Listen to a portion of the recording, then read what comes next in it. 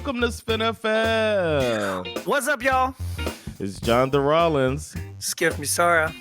Two Americans living in Sweden talking about IT support. Let's go for some IT support. We need IT support. For those of you that are watching, I don't know how many people watch it, the episodes, but both of you can now see. You both can now see a different thing. I'm trying some stuff out with our with our stuff here. So hopefully you enjoy it. Hopefully you like what we're doing. I don't know. Trying to make some upgrades. I don't know, man. Trying to raise the bar, player. Yeah, man. We got some little graphics involved. We got a little. I don't know. I don't know if you can see the logo. I made a little logo. SveNFL podcast. Boom, right there, down at the bottom. That's clean. I like it. A little something. It's Georgia and Atlanta colors. Let's go. Everything's coming up Georgia this morning. Oh, yeah. Woo! Everything's coming up Georgia. We got the Bulldogs winning the SEC championship on Saturday, right? That was good. The Falcons, we can skip that. And then Raphael Warnock beat up on Herschel Walker. Yes. Wins his Senate seat.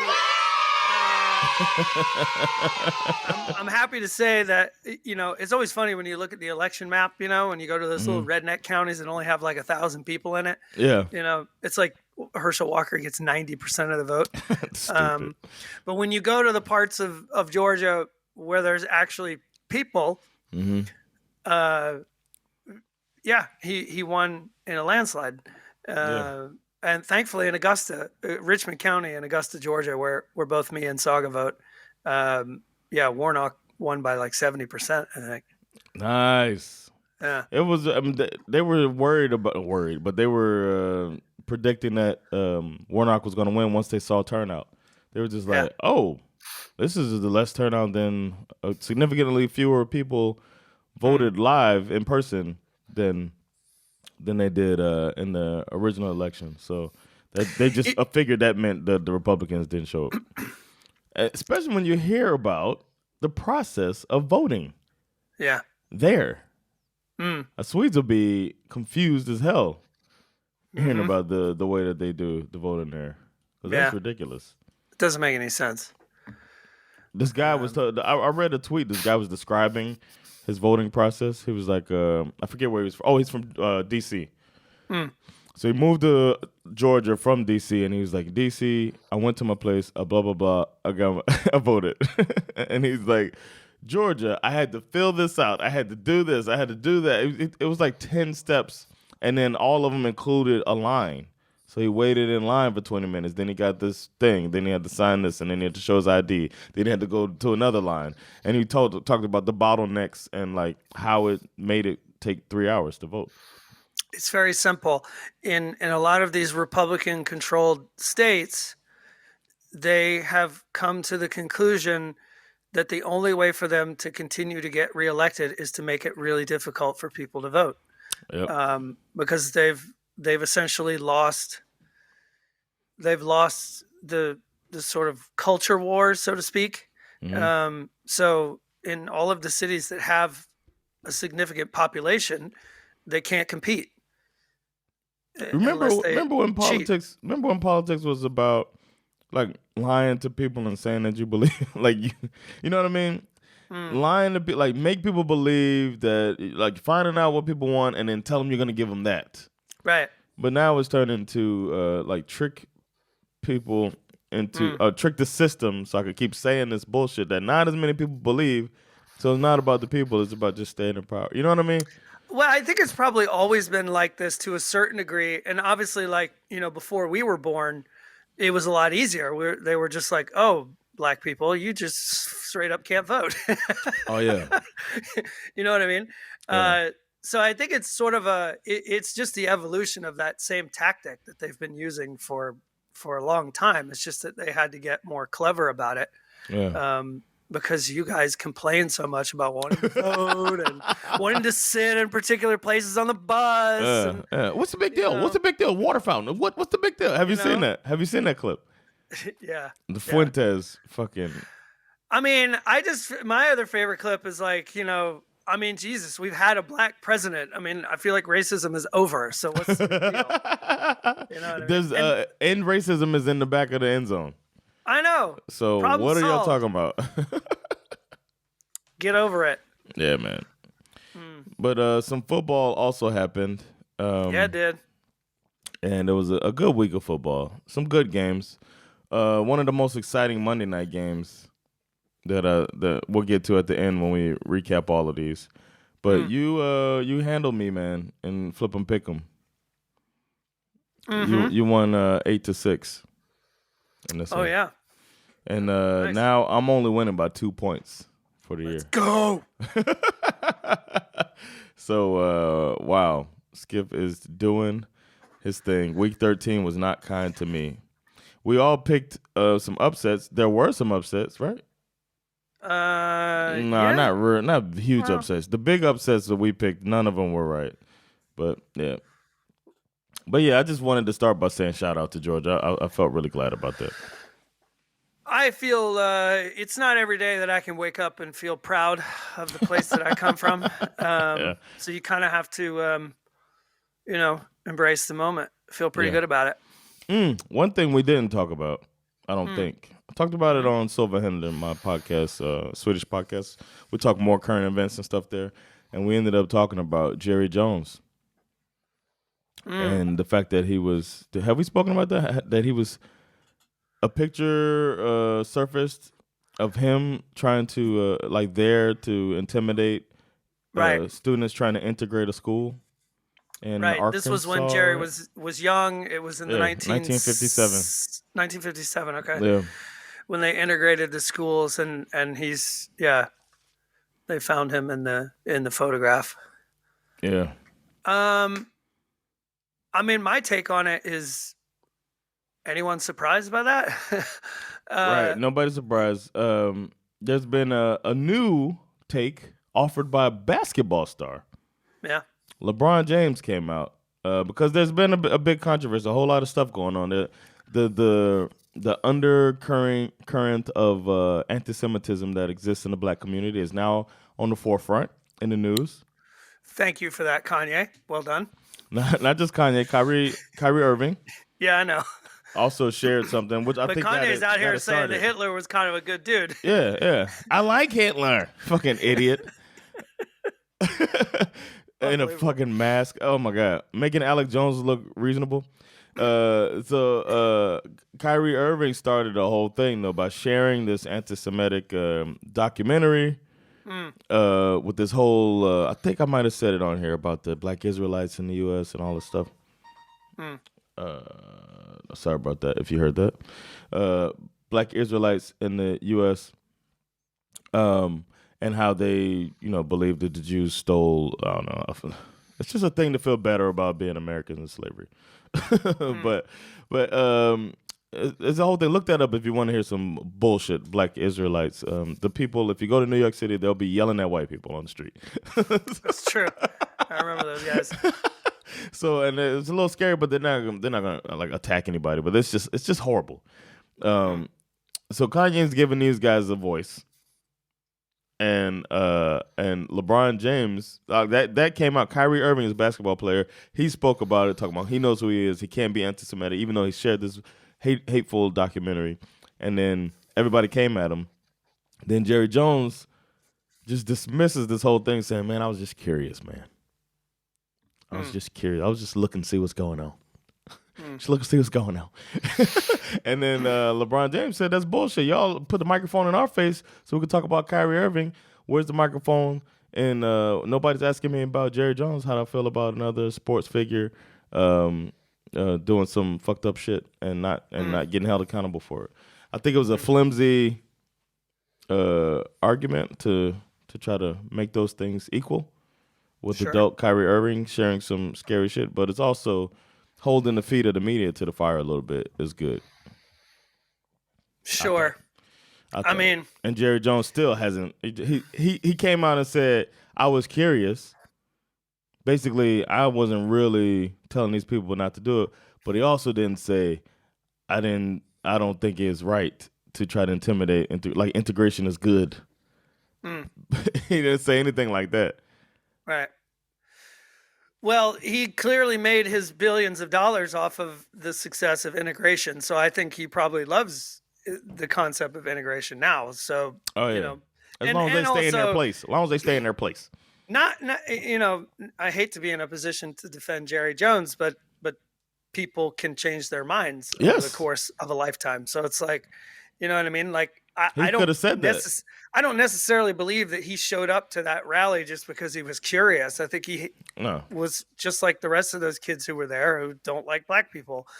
But over time, you either evolve or you change the way you think about it, or just even from a strict capitalist perspective, I can imagine that he was like, hold on a second, we can make money off of these black people, which is what he's been doing for the majority of his career. So, I think that these things are kind of, I'm usually not a huge fan of going too far back into history. No, I'm definitely not. Like when I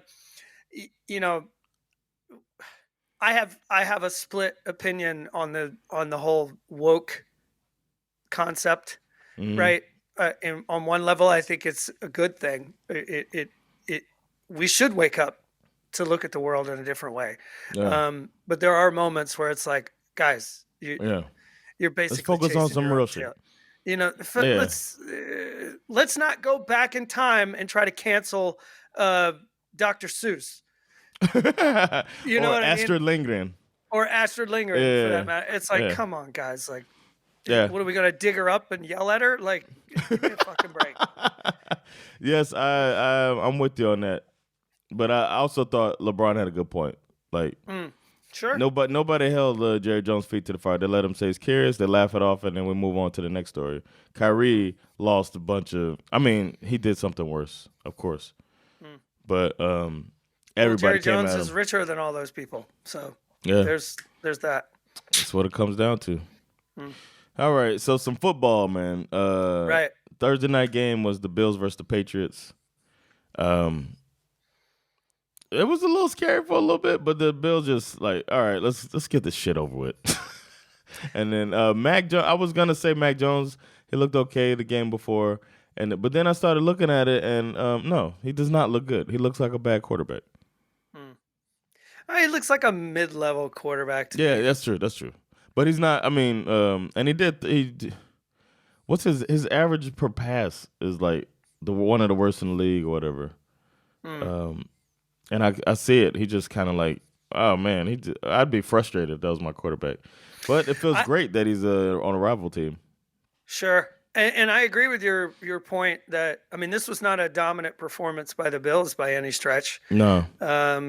Given the fact that, as we're sort of suggesting, I think the Patriots are really just a mere shell of what we all normally think of them as being. Brady's coming back. Yeah, I saw that. I read that. Belichick would be like, fuck no. Let's see. Josh Allen was 22 for 33, 223 yards, 2 touchdowns, no picks. He did have a fumble. He should have had some picks. Sure. But I guess you can say that about everybody. Yeah. I'm happy to say that my man, former Bulldog James Cook, was the Bills' leading rusher. 64 yards on 14 carries. But more importantly, evidence that Sean McDermott is listening to SveNFL. Okay? They finally took my advice to get Cook involved in the pass game like we used to do when the Bulldogs rolled up to a national championship, because my man had another 40 yards in the passing game to tack onto his 64 on the ground. They finally feel like they're willing to use this guy, which is very smart by them. What's your I'm curious, what is your opinion on this touchdown where Josh Allen is basically jumping out of bounds? It's one of the most amazing things I've ever seen, man. I mean, I feel that, but It's irresponsible. It's very irresponsible pass. It's against all the rules, so much so that the defenders are like, he's not gonna throw that ball. I mean, it had end zone pick written all over it, Yes, and he's thrown like 6 in the last like 4 weeks. I mean, he threw it into double coverage, but it doesn't matter if you throw it into double coverage if the DBs aren't actually looking at the ball. Like, I feel like there's that snapshot when the ball leaves his hands, and I feel like the DBs are looking everywhere except where the play is headed. Sometimes some of his throws, he throws it, he gets rid of it so fast, and he throws it with so much velocity. It's impressive, man. I want to hate on him, but my soft spot for the Bills fans, which is the best fan base in the NFL, even though it's my rival team, makes me want them to have success. But they don't look like that team that we thought they were going to be at the beginning of the season. Yeah. I mean, even though they won by 2 scores, but they're supposed to mop the floor with these guys. As a Bills fan, you could hope that probably means that the Bills can go into the playoffs a little more battle-tested. You know what I mean? Yeah, but if your battle is against the lowly Patriots... True. If you're making bad teams look good, then where we at? They're still being looked at as like the second best team in the AFC or whatever, or second or third best team in the AFC. That shit is starting to shift a little bit after this week. What do you make of this situation where they caught this shot of Mac Jones screaming at somebody on the sidelines? Patricia. If you follow his burner account, then you'll hear him talk about. No. But I'm pretty sure, in the slow-mo kind of, you can clearly read his lips, and he says, "Throw the fucking ball. The run game fucking sucks." Or the short 5 game yards per carry. Maybe they had a big run. But he doesn't throw. That's what I'm saying. He throws it so short. It's like Mac Jones doesn't believe in Mac Jones or something right now, or he doesn't want to throw. Yeah, but maybe he's scared to make a mistake. I've always thought of Mac Jones from the moment he came into the league as a quarterback who was on a very tight leash. Right. And maybe he's like... But Zappy comes in, he throws it further downfield. But I'm thinking that Mac Jones is like a little annoyed, like, I'm tired of being on this leash. Like, but if he's telling him to throw it, the short game sucks. Then that means Jones is not doing it. I mean, I think he's just mad about the play calls. You think who says throw the fucking, who says that?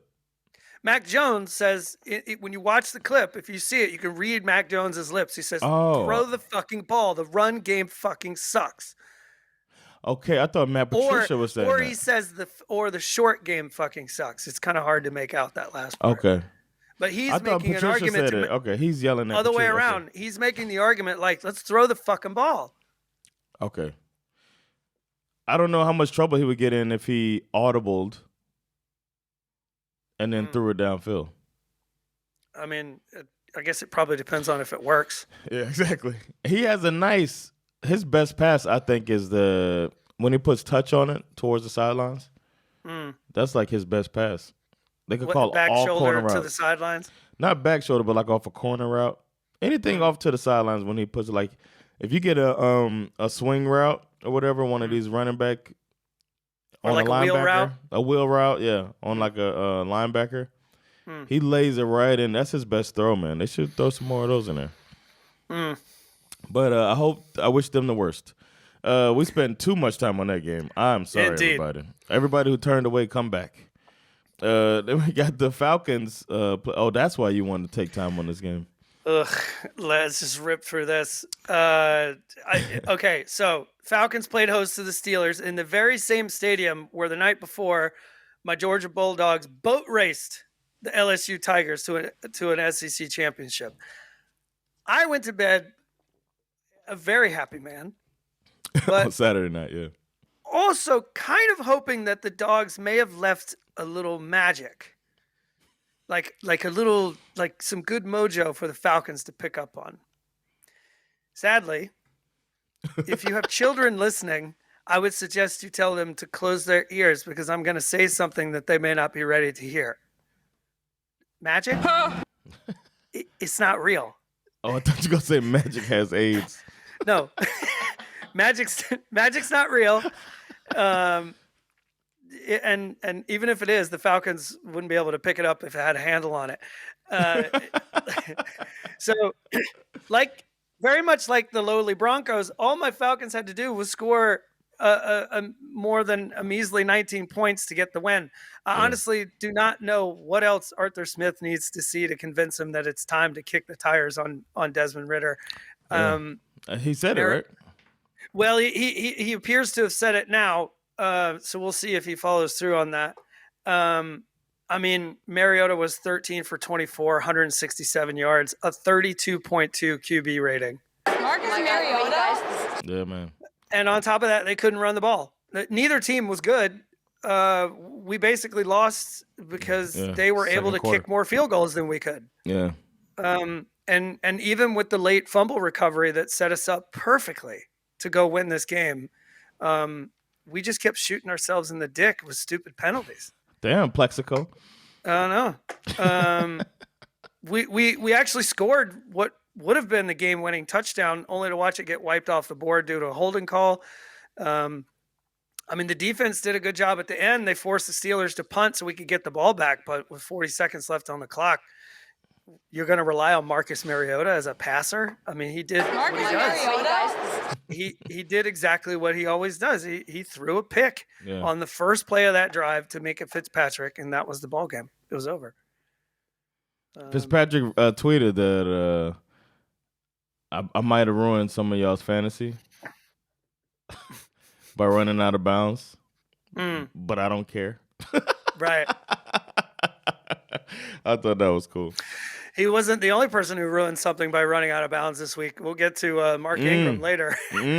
Oh, my God. But before we move on to this game, I know it's very Falcon-centric, this conversation, so I want to give a special shout-out to Coach Mike Tomlin. Of course, man. Who, before the bye, they were 2-6. Mm-hmm.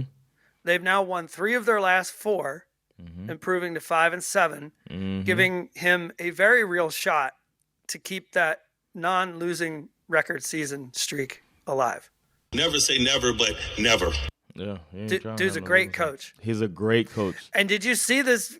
I saw it. Yeah, I saw yesterday. There was a guy in the tunnel shooting video with his phone as Mike Tomlin was coming out of the tunnel to go onto the field. And the guy's like, "Hey, look, it's Coach Mike Tomlin." He's like, "Hey, Coach, can you say something?" And he just turns to the guy, doesn't break his stride. He's like, "Hey, I'm fucking working here." Just keeps walking. I was like, yes. That'll be the last time that I address it. I love that guy, man. Absolutely brilliant. I meant to send it to you. It's so funny. He's like, "I'm fucking working here." He seems like also a player's coach too. Somehow, he's hard-nosed, but he also seems like a player's coach. He's like, "I am not your dancing monkey. I'm out here doing my fucking job. Now go fuck yourself." Fuck you very much. Awesome, man. Then we got a rivalry game. I picked the Packers to beat the Bears, and they did, but it was a rough one. Justin Fields had a Justin Fields-y type day. He had a breakaway run for a touchdown, and he had some anytime he tried to throw it downfield, it was intercepted, basically. He's turning into like that. He's that quarterback right now. And when he gets accurate, he's going to be Josh Allen 2.0. Yeah. Feels like it. I think maybe even right. That's what I mean. I think he has the potential. Next gen Josh Allen. Okay, sure. Yeah. He's definitely better at running the ball than Josh Allen. He's like, and he's got a cannon. He's in a category all by himself as a running quarterback for sure. He's running because he's confused, but he doesn't. You know what I mean? I think he runs because he knows he can't make the throw, or he's like confused by the defense. So he's like, all right, I could just run and get this. But when he gets it down, I think you have to throw in. I think it's probably a mixed. I agree with you that he's probably confused by some of the defense, but I also think that he's probably doesn't feel very comfortable with the talent that he has around him as well. Which, we saw that with Aaron Rodgers earlier in the season too. But you got to. Aaron Rodgers also is turning these guys into better players. You know what I mean? Helping them reach their potential. This guy Watson and I can't remember the other guy. Well, okay, so the minority owner of the Chicago Bears, Aaron Rodgers, rolled into town with his struggling Packers, and it essentially it took a minute, but they gradually took over this game in the fourth quarter. They did not look very good at all. I was like, well, there goes that. Yeah, and it took again. This kid, speaking of like, I don't know if it's Rodgers turning this kid into something, or if it's just like, I don't know. It just took a minute to adjust. But this Christian Watson kid, I mean, he scored his 7th and 8th touchdown. He scored 2 touchdowns in this game. His 7th and 8th touchdown in 4 weeks. Is that? Damn. That's crazy. That one when he's running across the back of the end zone. Oh my God. Yeah. And then there's 46-yarder. Oh, he just leaves everybody. That end around to the house. It was that was like they were running in mud. No, the dagger was a Justin Fields interception. True. I was talking to Sean was over, and we're sitting there and we're watching the end of the games. And we were talking about another game, but that game was on. You know what I mean? It was red zone. You know how they hop around. And I was like, oh, here comes the obligatory pick to end the game. And he thought I was talking about another game, and then Justin Fields threw a pick right on cue. I was like, see. I don't remember. Didn't he throw back-to-back picks? Kinda. Like it was 2 drives, yeah. I mean, again, Rodgers was bad too. 18 for 31, 182 yards. Yeah. A.J. Dillon was their leading rusher with 93 yards and a touchdown. He had a hell of a game. Yeah. I mean, this is 2 teams with basically very little to play for other than pride. Packers are now 5-8. Bears are 3-10. If Packers run the table, they're in. Well, sure. That being said, we have a little history to acknowledge. Packers, with this win, become the winningest franchise in NFL history. Oh, wow.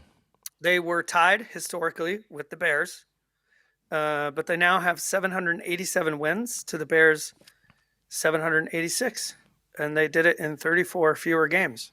Wow. So, that's kind of we do not care. That's kind of one of those pointless. That's like the Dolphins every year celebrating that 72 season. It's like, come on, man. Stop it. I'm sad to say that my Falcons are pretty far down on the list of franchise victories. It was the lowest. It's got to be one of these expansion teams, right? Jaguars. I think it's the Texans. Texans or the Jaguars, one of those. It's the Texans. But of teams that have, of teams that have played, a significant amount of games, of teams that have played over 1,000 games, the Cleveland Browns are the worst. Oof.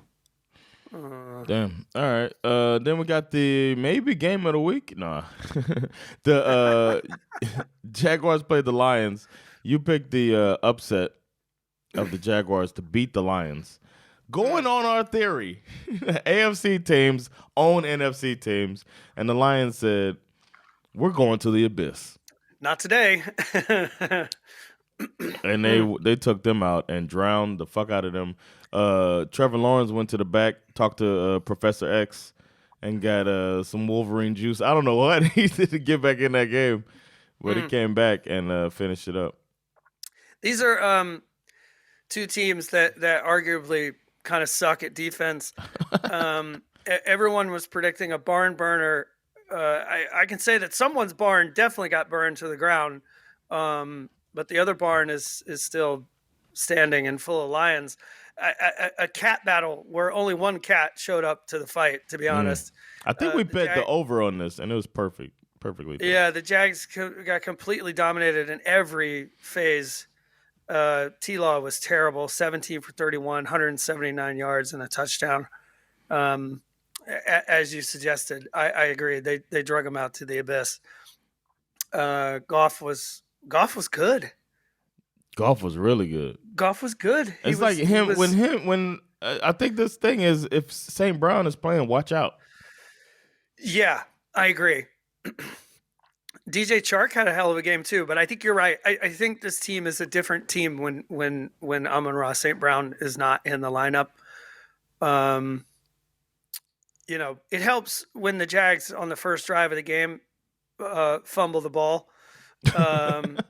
Travis Etienne fumbles on their first drive. This eventually leads to another Jamal Williams touchdown, league leading 14th touchdown of the year. Everybody knew that was coming, right? My man, former Bulldog DeAndre Swift, with 62 yards rushing, 50 yards receiving, and one hell of a touchdown run, breaking tackles, blasting through dudes, getting the corner, running to the fucking He's got the power of that SEC championship dog in him, son. Let's go. Oh, my God. Wipe your mouth off. I need a towel. Auntie Angel over here getting it in. But I agree with you. I really love this Amon-Ra St. Brown. I kind of wish his brother was as good. Yeah. You know what I mean? If you had these two St. Brown brothers just ripping up the league, but the other one who plays for the Bears does not appear to have the same. Well, I don't know. He's certainly not in the same situation, but either way, dude's a beast. Yeah, man. We had a good betting day for those people following our betting. We might have had the best betting weekend we've ever had. Yes. You sent me that screenshot. You sent me that thing. I was like, oh fuck. Willem is one game in the first window out of all 9 games. That's crazy. And that was the Packers Bears under. We bet the under on that.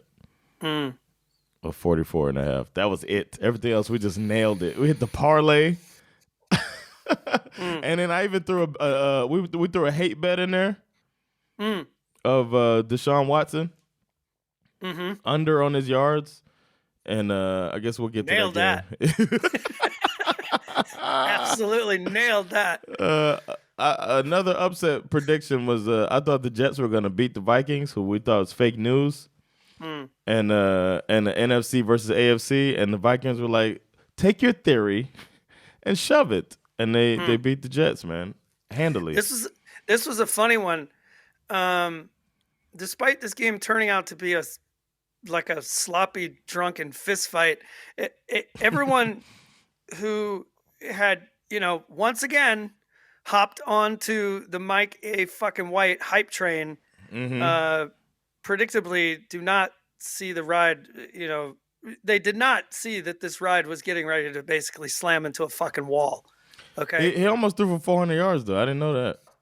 Yeah, but he was 31 for 57. 0 touchdowns and 2 picks. His first pick was on the first drive of the game, and his second one was on the last drive of the game. So you could say that he's quite symmetrical, if nothing else. I like that. Cousins wasn't great either. I mean, I think he threw 5 or 6 passes before he actually threw a completion. Like, he had a terrible start to the game. That's a good defense over there, though, man.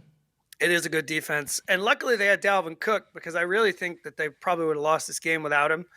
Dalvin Cook basically carried the load when the offense was struggling.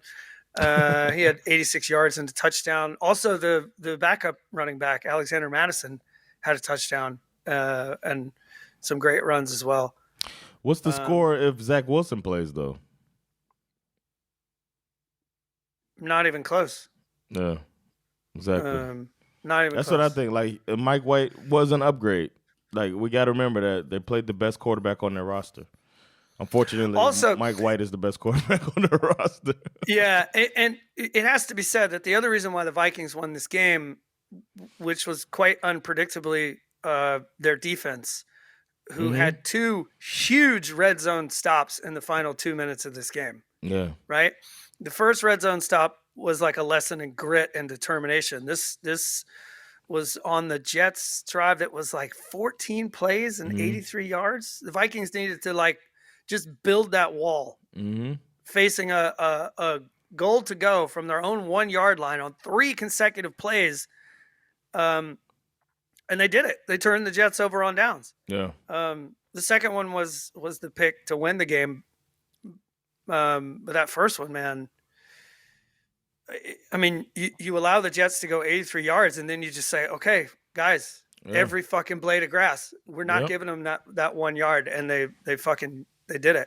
They stood up, and that they deserve the credit for winning this game. Another shout out to Jefferson. More great catches. So But they held them to 45 yards, though. It's so weird how the Vikings this year are turning these L's into W's. Like last year was the other way around. These are the games. I mean, they were up 20-3 at one point in this game, and they nearly let it slip away. This was exactly the kind of game that they would have lost last year. And somehow, some way, this year is different. And you have to imagine that it has something to do with the coach. Got to be. It has to be. Yeah. Because now the Vikings, I think well over half of their games have been close one-score games. And here they are sitting at 10-2. Who'd have thought? We thought they were going to win the division, but we didn't think they were going to run away with it. No, I didn't think that at all. I agree. I didn't think they were going to. I mean, I think they have a chance to clinch the division this weekend. Then we got another division, a division game that just turned out to be fantastic. The Washington Commanders against the New York Giants. What a barn burner. They're out here kissing their sisters. Let's go. Give it. Sometimes you got to just go for the tie. What was that Lovie Smith quote? I'm glad you asked. In an ideal world, you don't want a loss. You want to win. But if you can't get the win, and sometimes you settle for the tie. A lot of football left to go in the season. You tell him, Lovey. So inspired. I just want to go through a wall. Just go through a wall. Relax, Skip. Jeez, don't run through that wall. Skip, I know you heard that inspirational speech. Oh my God. That was never forgetting that. We had us another tie. This is the second of the year, right? It's not the third tie, right? Or is it the third? I think it might be the third.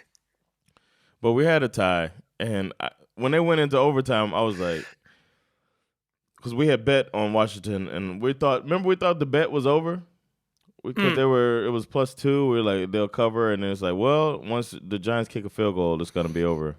Yeah. And no, they're looking out for us, man. The betting gods had our back. Yeah, absolutely. I'm sorry to keep talking about our bets, but we left after making all of the bets. We had 7 crowns in our betting account. We had a good. Not even $1, and now we back up. We're back up.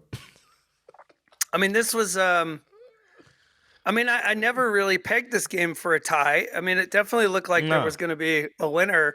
I really liked both Terry McLaurin and the rookie Jahan Dotson, receivers for the Commanders. They're a lot of fun to watch. Yes. Those two guys. Yeah. They're turning into a couple of yak bros as well. The way they take they catch those little short passes across the middle, and then it's not about Heineke, it's about them. Like they're the ones who figure out a way to get into the end zone. Yeah. The Giants were, I don't know. They obviously had chances to win this game, but 58-yard field goal by Graham Gano, and was that the one in overtime? Was it that long? Yeah, it was long. Yeah, he couldn't get it up. Yeah. It was on. It was online. It was online, but it was short. Yeah. And then as I always say, a tie is like kissing your sister. So they were all forced to line up and kiss their sisters. And if they didn't have a sister, they had to kiss their grandma with her teeth out, which everyone knows actually feels more like a loss. The poor Giants play the Eagles next. And then the Commanders have a bye week, and then they play the Giants right out of their bye. So that's pretty interesting. We said that the Giants were going to have a nice little collapse, even though don't hang your heads. You still could make it in the playoffs, but even if you don't, you're ahead of schedule. So Giants fans. Also, I think part of the reason why this game ended in a tie, I think has to be mentioned that both quarterbacks got the shit sacked out of them in this game. Danny Dimes got sat down 4 times. Heineke got sacked 5 times. Commanders' Deron Payne was like playing with his hair on fire with 2 sacks. Giants' Thibodeau nearly killed Heineke on that 1 sack. I have no idea how he got up and kept playing. He hit him so hard, it felt like it hurt me. And my man, former Bulldog, Azeez Ojulari, had a sack, strip, and recovery because, again, he's got that SEC championship dog in him. Stellar day for the defense. Yeah. I don't know if you guys know, but we won the SEC championship over the weekend. Are we still talking about that tie-ass game? No, let's talk about A.J. Brown getting the revenge. And also, did you hear the report that the Titans woke up 2 days after this and fired their GM? No. We can talk about that more in the next episode. Whoa. And prior to this game, so this obviously felt like it was the A.J. Brown, Do You Miss Me Bowl, considering the fact that A.J. had 8 receptions for 119 yards and 2 touchdowns. I think the resounding answer to that question is hell yes. Yeah. And he gave a lot of interviews before the game where he was extremely candid that I had no intention of leaving Tennessee. He was like, this is where I wanted to play football. I wanted to stay here. And then he goes out and torches them. And 48 hours later, the Titans announced that they're firing their GM, who basically traded him away. I mean, this motherfucker, A.J. Brown, I mean, can this guy catch a contested pass or what? I don't know if it's the dark visor or what, but A.J. Brown has to be just an absolute nightmare to line up against. Can you imagine standing across from that man knowing that you got to cover him? No. I'd be like, no, man. He's among the elite. Devontae Smith had a hell of a day, too. He had 5 catches for 102 yards and a touchdown. Brown made Tannehill look good. Mm-hmm. You know what I mean? Oh, yeah. When he was over there. It's like people forget, man. Tannehill's out here 14 for 22, 141 yards. That's what he had. And Jalen Hurts, who everyone agrees is a running quarterback that can't throw the ball for 12, Boy. This guy went off. Yes. Absolutely went off. So last week they beat him with the run game. This week Hurts says, I'll beat you with my arm. He throws it for 380 yards and 3 touchdowns. So all you hot take artists out there who have the accumulative intellect of a fucking goldfish can take your opinions about the rise of Trevor Lawrence, and you can all sit the fuck down. Because honestly, the guy's a good quarterback. Yes. And I think it's really annoying how I find it really annoying that I don't feel like feel like Jalen Hurts gets the respect that he deserves. He doesn't. Especially when you see, like, when you watch, like, Trevor Lawrence. Who did they beat last week? I don't remember. I forget who it was. Was it the Raiders? I don't know, but they were acting like he's arrived. He has one good game. Yeah. And he's arrived. Yeah. They beat Hurts is out here. They beat the Ravens. That's what it was. Right. Hurts is out here doing it week after week. Mm-hmm. And yeah, of course, there are a few people who are saying you should put him in the MVP conversation, which I agree with. But there's a lot of people who are still like, well, we'll see. Are they really that good? Like, come on, man. I agree, man. And we all know what it is. And they beat a good coach. Mm-hmm. Mike Vrabel is one of the best coaches in the league. Yep. Period. Okay? Yep. And Derrick Henry handily. is clearly one of the best running backs in the league, and they shut this motherfucker down to 30 yards. Now, remember 2 weeks ago, you talk about their bad run defense? It's back. I told you. I said that's not a bad run defense. Hold on a second. Was my man, former Bulldog, back in the lineup? Trayvon Walker? What's his name? No. He's with the Jags. Who am I thinking of? How can I not remember his name right now? It's probably all I have in my head is Jalen Carter, who had that crazy sack in the SEC championship game. Jordan Davis. We do not care.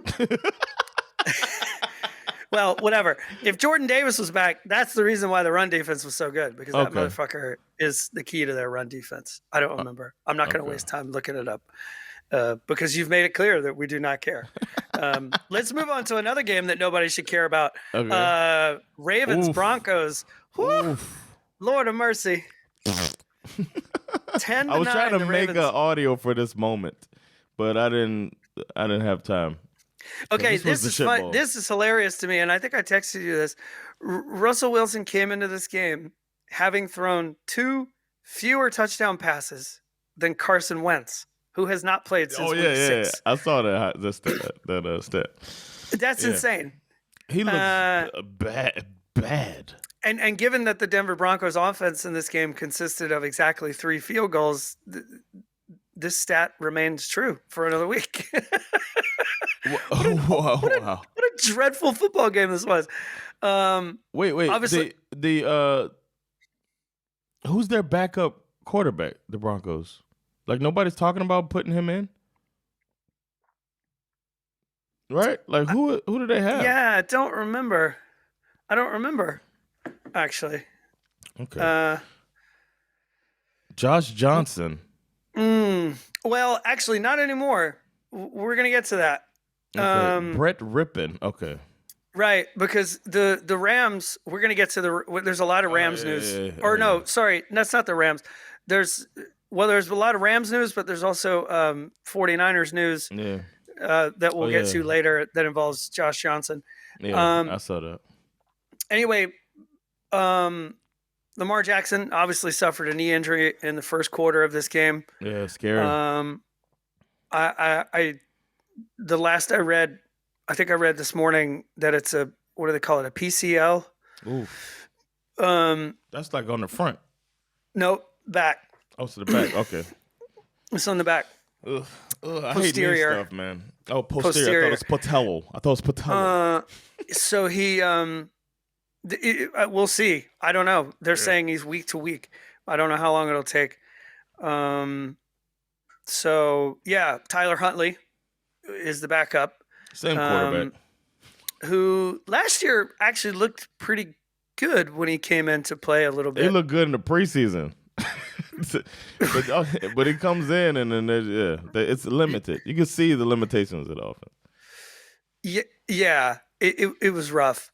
And obviously, Russell Wilson was terrible. 17 for 22, 189 yards, 0 touchdowns, obviously. The Broncos had a 9-3 lead with 5 minutes to play when Huntley somehow cobbled together the 16-play, 91-yard, 4.5-minute drive where they successfully converted 2 separate fourth down plays.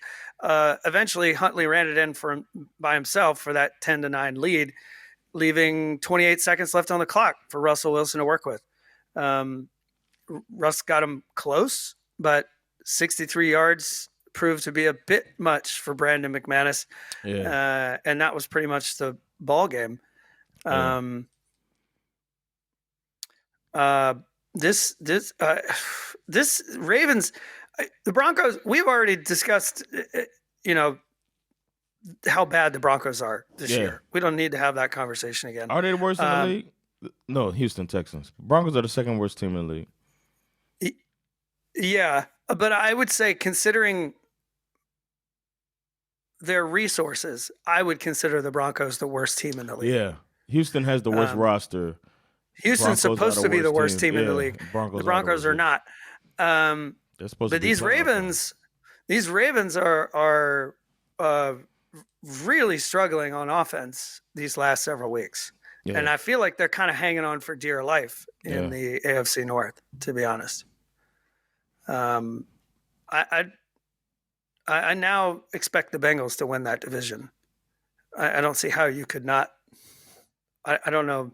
I don't see what the Ravens have in them. Their run game sucks. Their pass game sucks.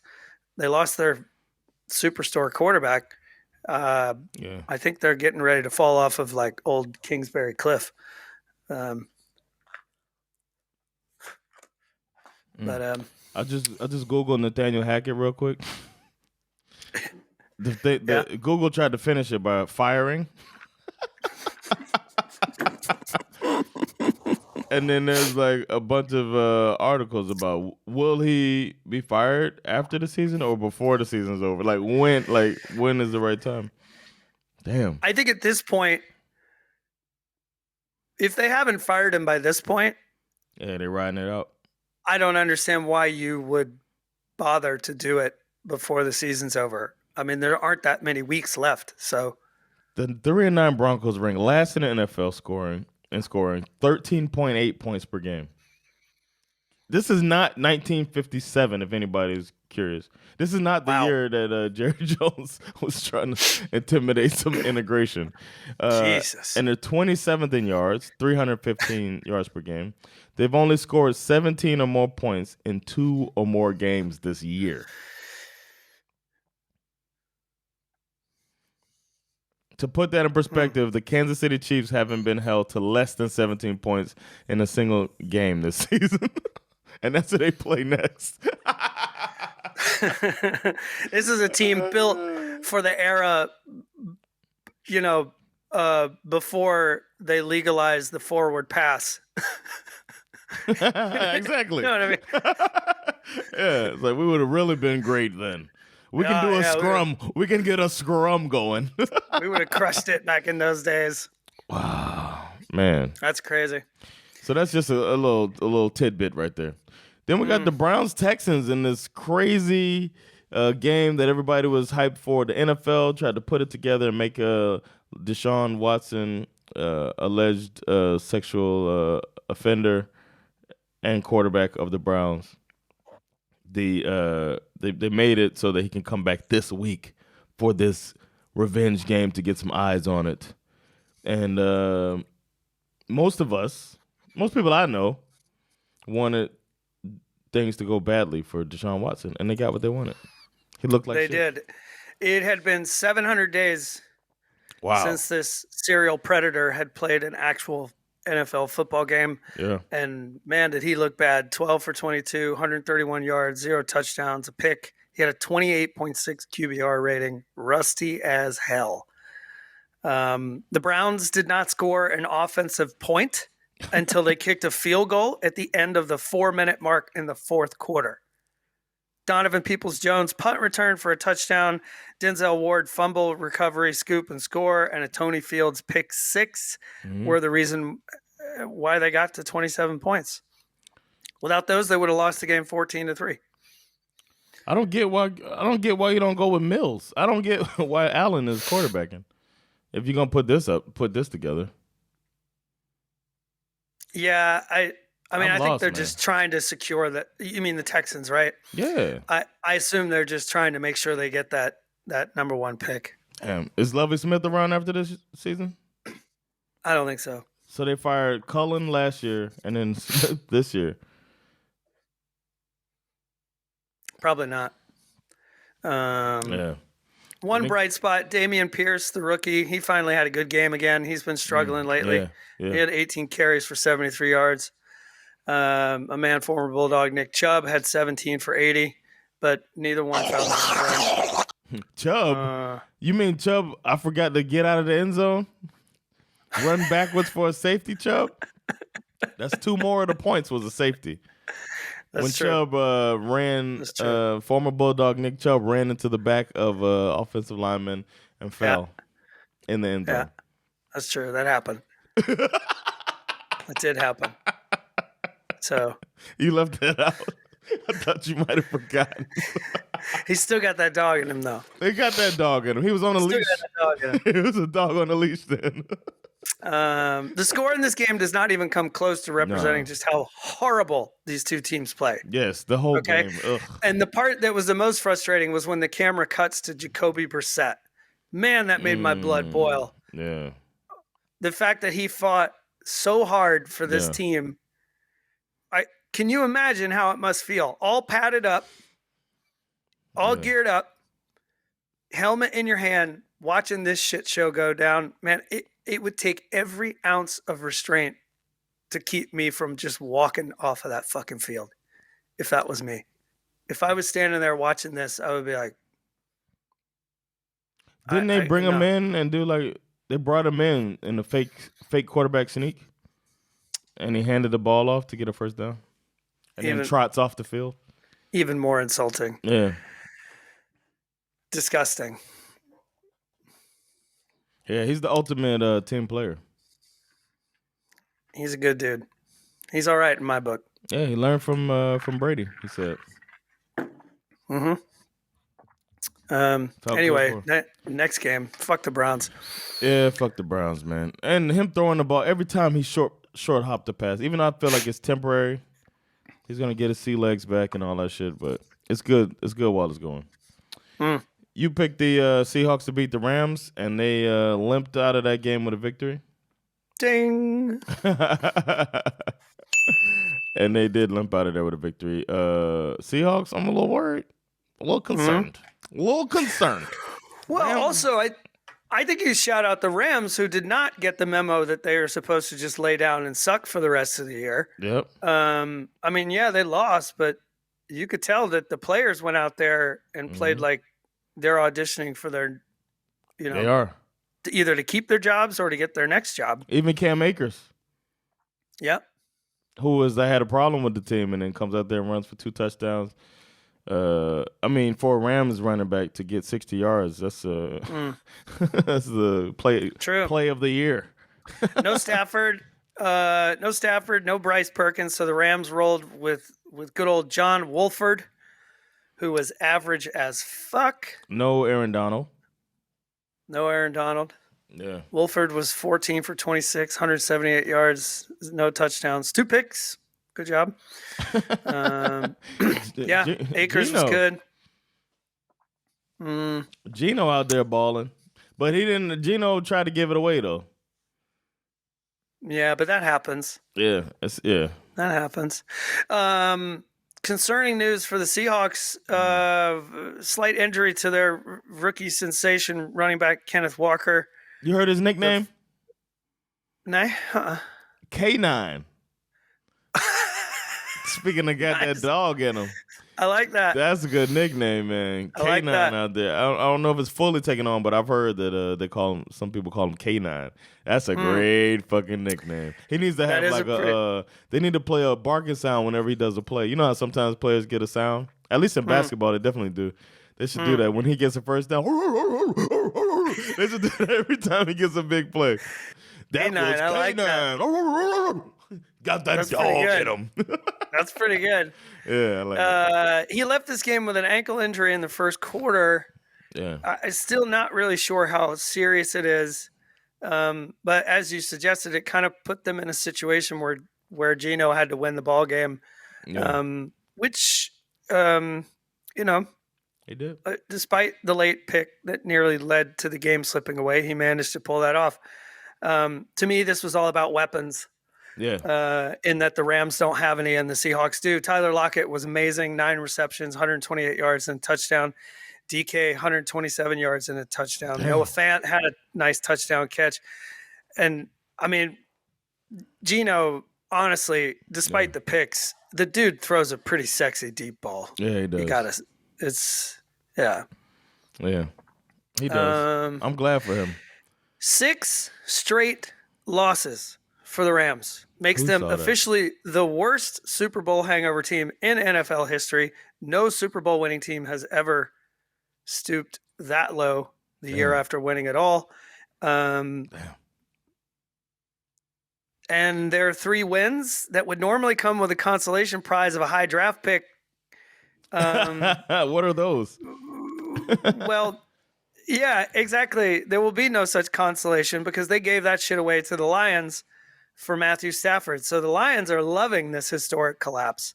Yeah. They'll have 2 first-rounders, their own, and the Rams. So the Lions will go get a quarterback? Maybe. One person that doesn't need cool enough. Right. Then we went to the Dolphins. For some reason, I'm not bummed after that loss at the hands of the 49ers. It was the best defense in the NFL that came out there ready for all of the tricks and everything. And it felt like, as I watched it, the Dolphins were like, we'll do it for you, coach. I got do it for you. This one's for coach vibes. Okay. They seemed like Tua. The announcers kept saying it too, that Tua seemed tight the whole game. Like it's like they're overdoing it, trying to prove something. Even though the first play of the game was a 75-yard touchdown, so it felt like, here we go. That was hot. Yeah, they just started out hot, and then it's still the best defense in the league. So, by Do the you end think? of it, Okay, I have a question.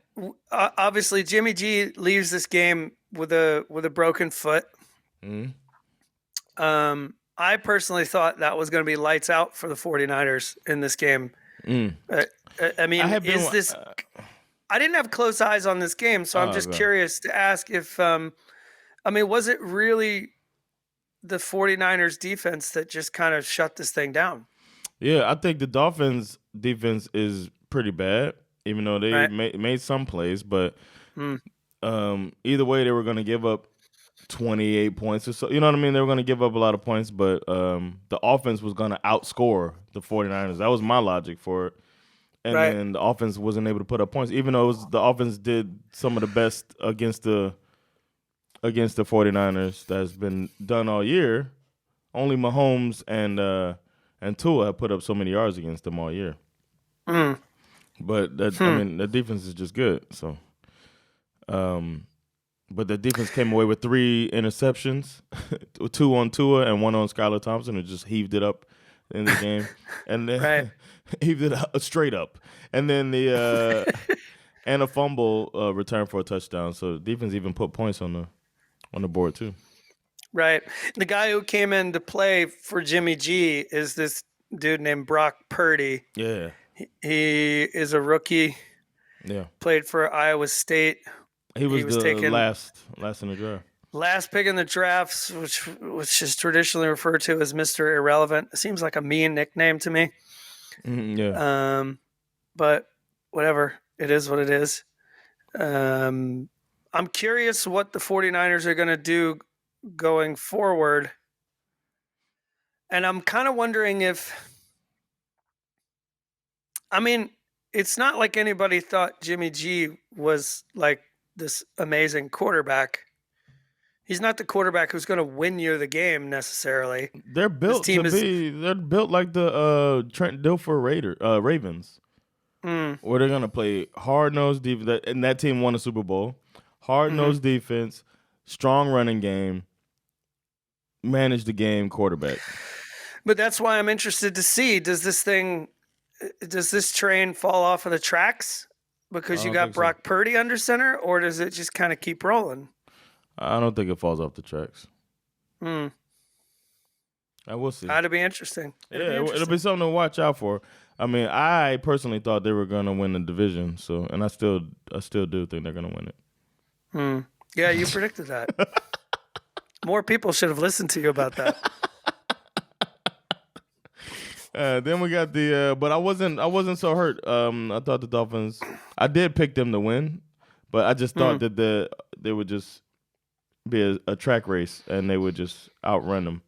But I didn't. The Niners defense showed up to fucking play, and Tua looks so tight. Haven't seen him that inaccurate the whole season. So I have another question: is Nick Bosa making a case for Defensive Player of the Year? Nah, man, Minka's got that in the bag. When you leads the league in sacks.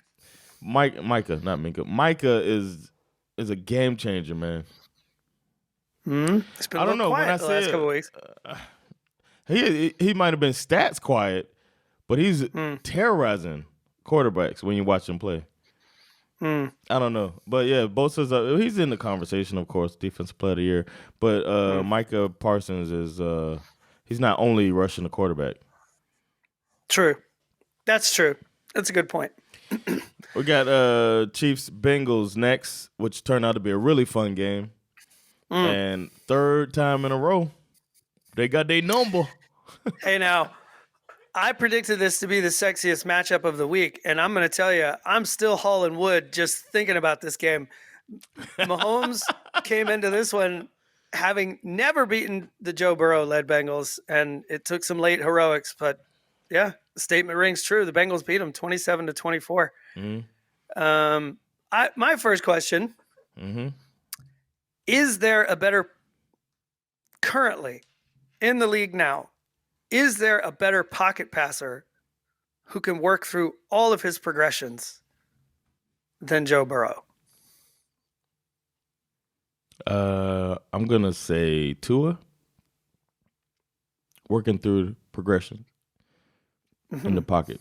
I have to say Tua is better than Burrow, but they're right next to each other. Of course, you would say that. I know I was gonna say I sound biased as hell, but even if I think if I wasn't a Dolphins fan, I have seen him more. But it's insane how good he is at getting through his reads. That's his like superpower and anticipation. True. But yeah, Burrow.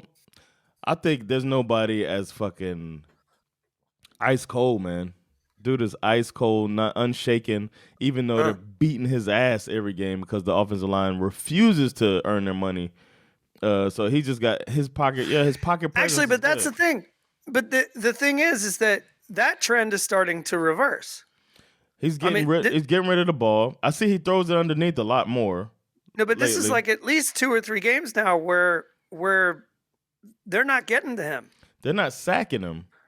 Yeah. But he's throwing the ball and getting hit and stuff. You know what I'm saying? Like they're getting close to him. It looks like, you know what I mean? Well, you get like, ooh. True. But either way, it just feels like he drops back into the pocket and it feels like he works through his progressions. Yeah. And in this game in particular, he was just carving up the Chiefs secondary, especially on that first drive. Just hitting dudes all over the yard. The Bengals' run game has also been a bit of a revelation as of late, which helps. No Joe Mixon. Samaje Perine steps up again. Perine's balling. 21 carries for 106 yards. He also had 50 yards receiving, which helps. But, you know, the Chiefs do what the Chiefs do. The Bengals had that 14-3 lead. And then, you know, Mahomes and the Chiefs start working a little magic. They're so good at putting together when they really need one of these long 14-play, 81-yard, 7-minute clock-eating drive, you know, that ends with a touchdown to, you know, my man from Marietta, Jerick McKinnon. Yeah. Big-time defensive stop by the Chiefs right after that, where they turned him over on downs on that stupid jet sweep that they tried to run. But it felt like a huge momentum swing. Yeah, I thought it was over. Right there at the half, it felt like, okay, all right, here we go. It's all going to start to topple for him. Yep. Horrible call by a horrible coach. Yeah. The second half turned out to be a real tight back and forth kind of nail biter. But an early fourth quarter fumble by Travis Kelce. Yep. Recovered by Jermaine Pratt, who had a hell of a game too. Man, it's like Kelce. It's like it was his own strength that hurt him that time. He should have gone down. Yeah, and you could tell by the end he was trying to go down, but it was too late, man. Because he's just a yak guy, man. Yeah, but that turnover set the Bengals up for what turned out to be the game-winning drive. 10 plays, 53 yards, and they also were able to eat up almost, you know, a big chunk of the clock there. They go up 27-24, but the thing, Mahomes, I mean, he gets the ball back with 9 minutes to play, right? Plenty of time. This guy only needs 13 seconds in some cases. They go on this 10-play drive, but there's this huge third down sack by, what was his name? Joseph Asai. Forced them into a position where Harrison Butker needed to kick a 55-yard field goal. But he pushed it wide right. Yeah, I thought Bengals got the ball back. They're gonna make it. Yeah, Bengals got the ball back. They couldn't get him off the field again. They get the ball back, and that was it. 10 plays. They ran 10 plays and ate all of the rest of the clock. Big time play by Joe Burrow to get a first down across the middle to T. Higgins, which was basically the dagger. Because it was good. For once, it was good defense, and he just caught a really tough pass. He had that good touchdown, too.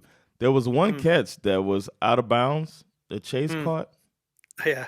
That would have been. Yeah, that one-handed catch. Where it like was on the top of the ball, like, who? Yeah. Who else? Landry? OBJ? That was crazy. Then we got the Chargers and the Raiders. I thought the Chargers were going to win. The Raiders were like, they're sneaking around, man. The Raiders are hanging around. They were talking about fire Josh McDaniels. I was talking about fire Josh McDaniels. But it looks like the Raiders are sticking around enough to hate him a lot next year. Interesting stat about this game. Okay. The Raiders are now 3-0 since Derek Carr cried in his post-game I was going to presser say that. several weeks ago. I was going to So say that. for all of you losing quarterbacks out there, Hey, just cry, man. just give it a try. See if it works. Why would you say relax? Don't say relax. Just cry. And if you feel like you can't cry, I'll give you a little hot tip, okay? Because, I'm in the movie business.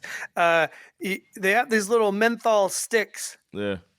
where they put it under your eyes right here, and it forces you. Most people who cry on camera do not just conjure up tears.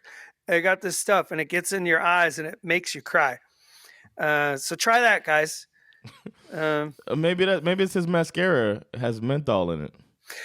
That's a good point. Maybe he does. He's like, "Yo, give me that menthol brand." Have you seen he switched to menthols?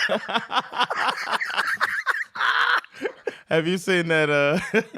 Have you Some seen of his black friends told him to hey, switch man, to menthols. Get these menthols, man. They're like, why you hitting the pack like?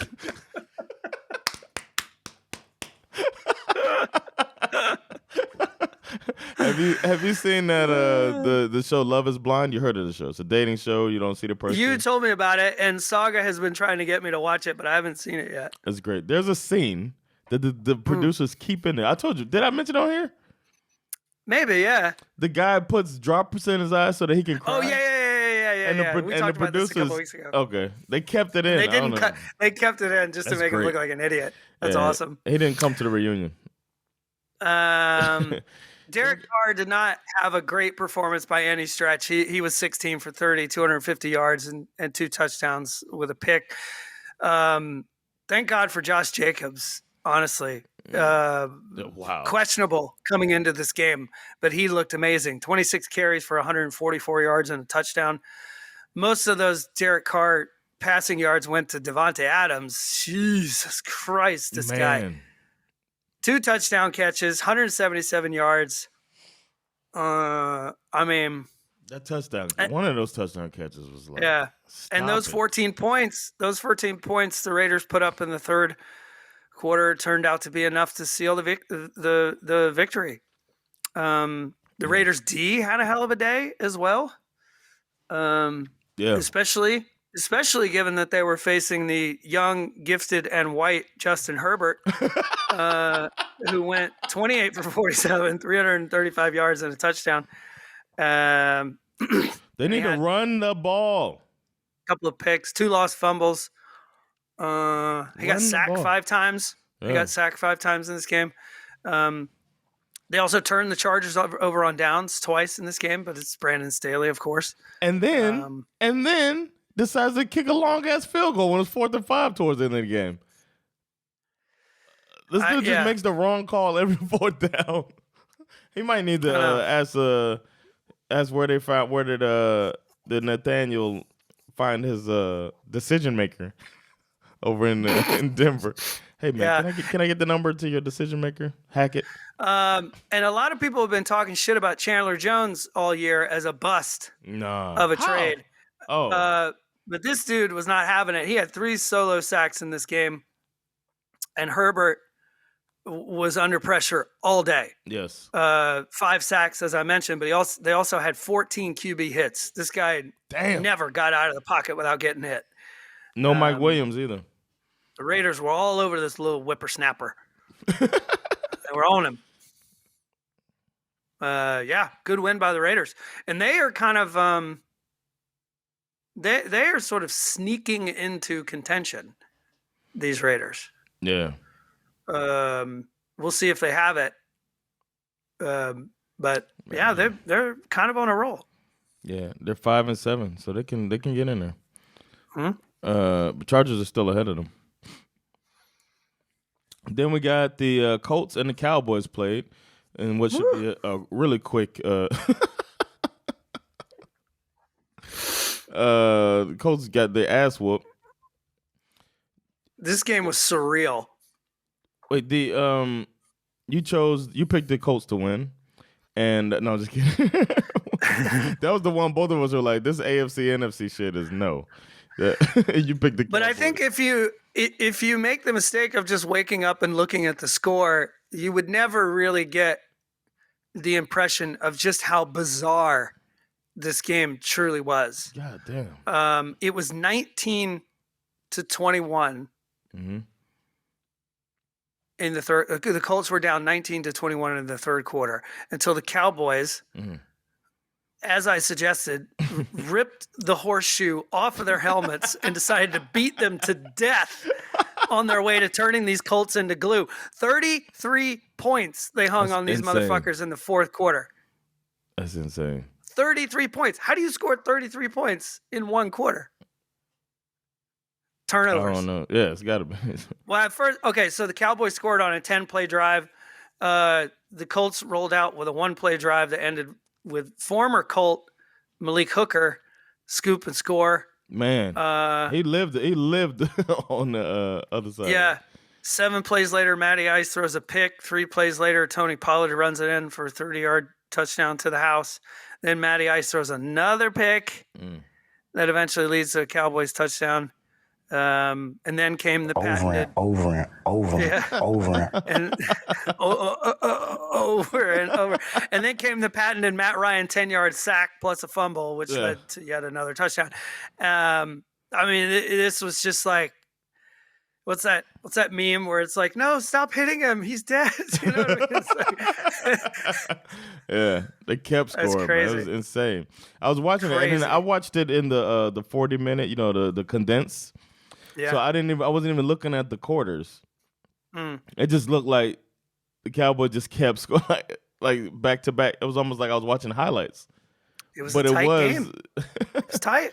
It was tight until it got loose. Yeah, I didn't even realize it was all in the fourth quarter that it was happening. It just felt like I had stopped watching a condensed game and I was watching highlights because it just kept scoring. Yeah, crazy.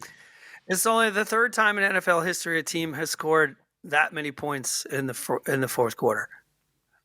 Is one of them Bills Titans? I'm not sure. Actually. That was remember that? The Miracle, the Music City Miracle? Oh yeah. That had to be like 35 points, something like that. With that lateral that just like only science can explain. Right. That was crazy. I was a kid then, and I remember that. Because he throws it. Science. He like literally throws it. You know what I mean? And the ball is just like only science can explain how the ball went backwards. When it to everybody's eyes, it looks like it goes forward. Yeah, that's right. Thankfully they had That's replay. a weird one. Yeah. Then we got the final game. We finally got a good Monday night game, man. The Saints versus Bucks. And we got some Saints fans that listen. I feel bad, but we said they shouldn't have hired this fucking coach anyway. You blew it, Saints. You absolutely blew what would have been the most brilliant dumpster fire in NFL history to have a 3-way tie for first place in one of the worst divisions in football. Yeah. You win this game and everybody's 5-7, I think, or something. It's just like, and the way this game started, the Bucks, honestly, this first drive of the game is probably like just a microcosm of their entire season, and just how difficult it has been for them to put up points. 16-play drive. Yeah. Imagine running 16 plays, 72 yards over 8.5 minutes, and all you can get is a field goal. I couldn't believe that, man. But there is, it's undeniable. There's something about Brady in the last handful of minutes in the game. Obviously, there's plenty of things that we could point to regarding the Saints that provided those minutes. But I can't explain it. The guy, Brady's 36 for 54, Why is he throwing 281 yards in the game, but he saved most of it for the fourth quarter. In the fourth quarter alone, he's 15 for 21, 125 yards and 2 touchdowns. It's like I think the Bucks offense in those last 2 drives basically equaled what they had done in the entire game up to that point. It's crazy. And a penalty called back a touchdown. And I was like, Yeah. damn, because I didn't know the result when I watched this. I was like, damn, that's how they're going to lose. A penalty, touchdown gets called back. What are they going to do? And then they just throws another touchdown. Well, he threw it short. It gets closer, and then they get a touchdown. Yeah. And Mark they had Ingram. I don't know if you saw it or how you watched it, but they had where Todd Bowles punts the ball and starts getting booed. I'm so glad you brought that up because that was a very interesting moment in the game because I was yelling at my tablet. Why is he punting? Why is he punting? And then he was looking calm, just like, we got this. But it was a fourth and quite long, if I remember correctly. It was 4th and 10, I believe, yeah. Or 9, something like that. And he sends the punt unit out, and Brady forces the punt unit back to the sidelines. Yeah. Now, the only reason why everything worked out the way that it did is that there was an injury timeout, which obviously gave him time to kind of think and have a chat.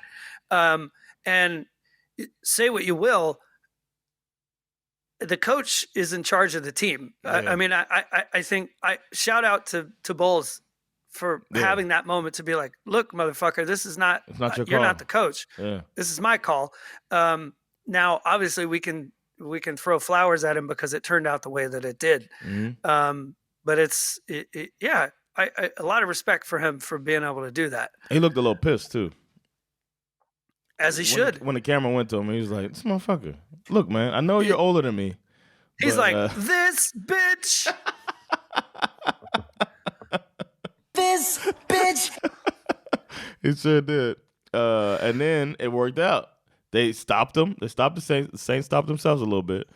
Well, Mark Ingram, obviously, but he was injured. ran out of. Yeah, but he runs out of bounds and takes a knee. Like, he's just like hurt. But all he had to do was walk one more yard, uncontested. It wasn't like there was anyone there sitting there waiting to hit him. Somebody was running towards him. Yeah, but honestly, he would have got the first down. He would have got the first down. He gets that first down.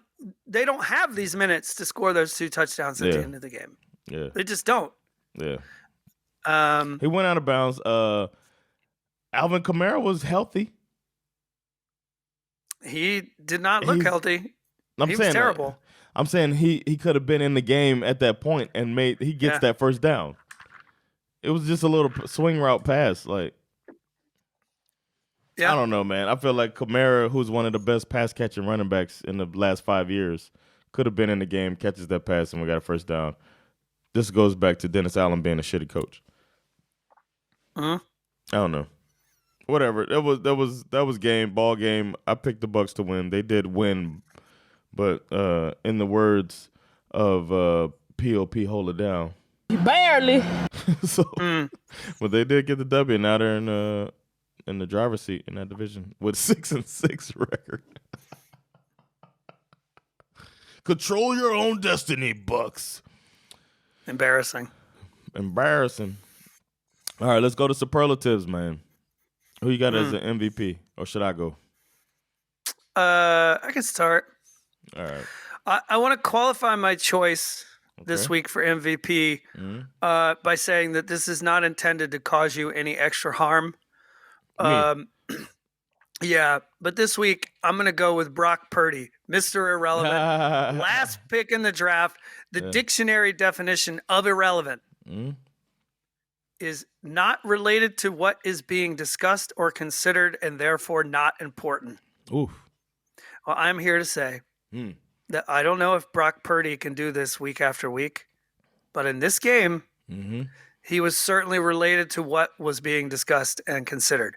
Yeah. Mr. Irrelevant having a moment of relevance is just something too difficult to ignore. I have to give it to Brock Purdy. I'm just sorry it had to come at your Dolphins' expense. It will obviously be the only time we'll be calling Brock Purdy the MVP of the week. But it's like you just have to shout it out for the one chance that you get, I think. Yeah. You the real MVP. All right. For me, it's not Brock Purdy because I'm not an asshole. And it's not Kenny Pickett either because I'm still not an asshole. Oh, shots fired. No, it's Devontae Adams, man. He was all over the place making plays. His stat line of 8 catches for 177 yards and 2 tutties doesn't even do him justice. The guy was unguardable, and that touchdown catch on the left side was easily one of the best grabs of the year. He's now alternating with Josh Jacobs for weekly team savior. They'll probably have a friendly competition going on. Like, I'll save the team this week. I got it next week, bro. I got it this week, man. It's my turn to save the team. Oh, yeah, you want to do that. My turn. That's what he said. You want to do that? It's my turn. I got it this week. And this week, it was Devontae's turn. Your move, Josh, because Devontae. You the real MVP. Nice. I can do trash if you want. I can start with the trash. Sure. My trash. This is getting old. My creativity has waned. There's only so many ways you can say this about this team. I've nominated the coach. I've nominated the quarterback. I've nominated the entire team. But this week, I'll be nominating just the offense.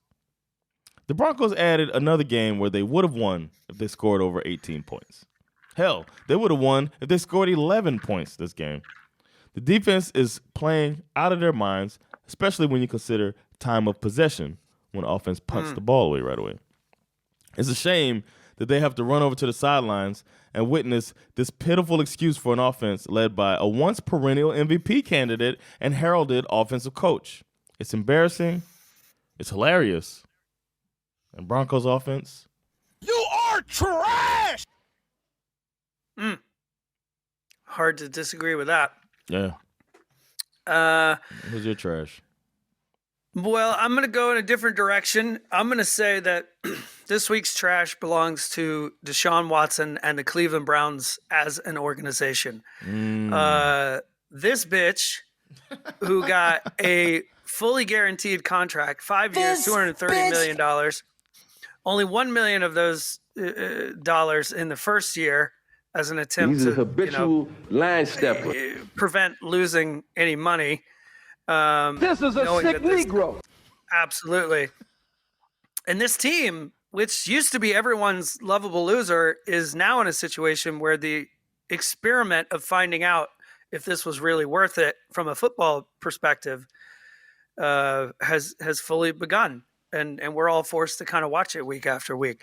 But I honestly don't give a fuck about any of this shit from a football perspective, to be honest with you.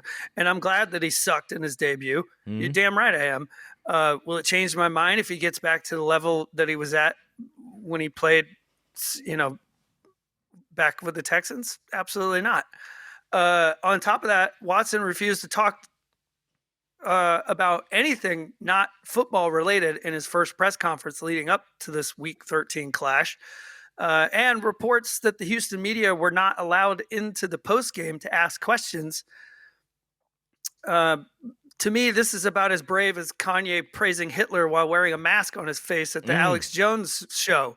I mean, both of these fucknuts need to be dropped into a dumpster fire of irrelevance. I hate this for Jacoby Brissett. I hate this for my man, former Bulldog Nick Chubb. I hate this for the city and the fans of the Cleveland Browns who have endured enough historically. So Deshaun Watson, as well as owners Jimmy and Dee Haslam, you are trash. Well said. God damn, Skip. Beautiful rant. Shit got learned. I could go first, man. I got to eat some crow. My shit that got learned is parity is real. It's the staple of the NFL. It's what they're built on. And I went against it last week. After 1 week, I thought for sure the AFC was head and shoulders above the NFC. I even put money on it. And then the NFC came out, smacked up a few AFC teams right in front of my face and debunked what I thought was a well thought out theory. Any given Sunday is a phrase for a reason. All these guys are professionals. I slipped up and I got my hot take shoved in the freezer. Never again. Shit has been learned. Nice. Interesting. I learned that most people are fucking stupid. You just learned that? Well, to be fair, I kind of knew that already. But I was reminded of this truism when considering why Falcons coach Arthur Smith continues to stubbornly roll with Marcus Mariota over Desmond Ridder. Yeah.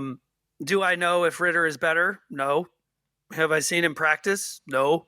But to be fair, I mean, we talking about practice, not a game. Not a game. We talking about practice. Not a. Now, I saw a poll on Monday where Falcons fans were asked why they think the Falcons are not kicking the tires on Desmond Ridder. Right. 3% said that the Falcons don't want to risk Ridder's health. What? Which I'm like, it's football. Yeah. So there's a that to me is a very dumb take. That it's only 3%. And I'm actually glad that only 3% are that stupid. 13% of these Falcons fans think that it's because Ridder isn't ready. Fair. Yeah, I'm in that camp. Might be true, but the rest of us would like to see that with our own eyes. Yeah. Even if we do stumble into the playoffs because of our shitty division, we're going to get killed in the wild card round. So who fucking cares? Just show me if he's ready or not. Show me. Right? Yeah. 59%, which was the majority opinion, think that Ridder is not playing because we still have a chance to make the playoffs. My previous point, where we will most certainly be shown an early exit in the postseason regardless, proves that 59% of you who think like this are certifiably 100% fucking moronic. You're idiots. Yeah. The final category represented 25% of the people polled, and the opinion of this 25% is the only opinion that I feel like I can truly understand at this point. It's the only opinion that I respect, to be honest with you, because 25% of Falcons fans are convinced that the reason why Desmond Ridder is not starting is because they want Falcons fans to suffer. I can't believe that was an option. Now, if you take the entirety of the Falcons' history, it's nearly impossible to argue against this point. They want us to suffer. The why, I have no idea. But the how is on display every given Sunday. And I'm honestly at the end of my rope with this. Side note, 73% of these same fans feel that the Falcons are headed in the right direction. So again, as I said, most people are fucking stupid. All right. Damn. What's my scariest AFC team is still, and even more reinforced is the Bengals. Who's your scariest AFC team? I got to say Bengals. They look like the surging. most complete. Yeah. They're surging at the right time of year. A big time win against the Chiefs has you feeling like they can beat anyone. But more importantly, like I said, they seem to have figured something out on the offensive line. And there's nothing scarier to me than Joe Burrow with time to throw. Yeah. Honestly. Yep. And a good receiver core too. They should have kept Uzma. Should have kept AJ Green, man. They should have kept Ocho Cinco. Imagine if Ocho Cinco and AJ Green would have been. Scariest NFC team for me, also reinforced. I gotta say the Eagles, but I say the Cowboys are closing in on the Eagles. But it's a good point.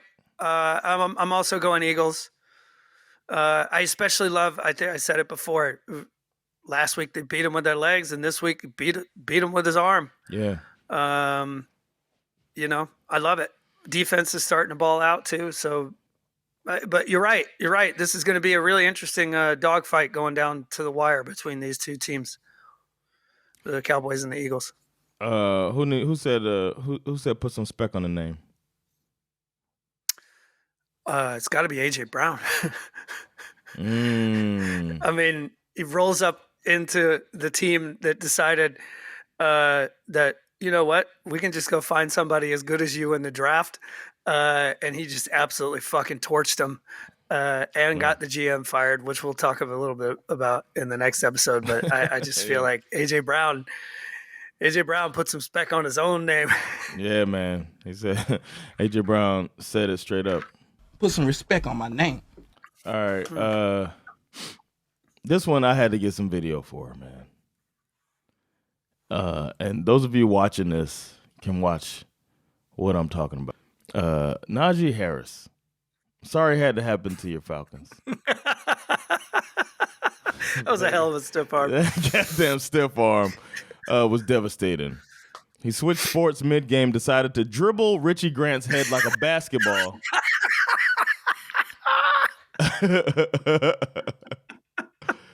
Before continuing with his run.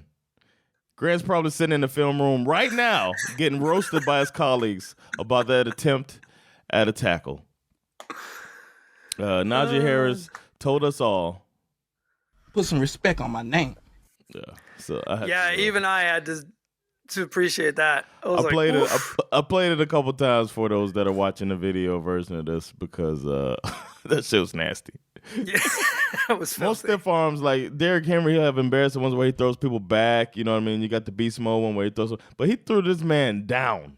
He got stiffed into the ground, man. Satan was like, not yet, not yet. He's like, oh, you Falcons are wearing your red helmets today. Yeah. Nice. Let's see if I can put that one into the dirt. Let me cross your head over real quick. Cross it over. But that's it for this episode of SveNFL. This was another fun one. And we're going to be back very soon with some predictions for the next week. We really appreciate that. All of you all checking this episode out. Don't forget you can support us on patreon.com/SveNFL and get a little extra stuff, follow our gambling journey and all of that. We really appreciate y'all. But it's been Jonathan Rollins, Schif Musara, and SveNFL. We'll be back soon. Peace. Ready, y'all.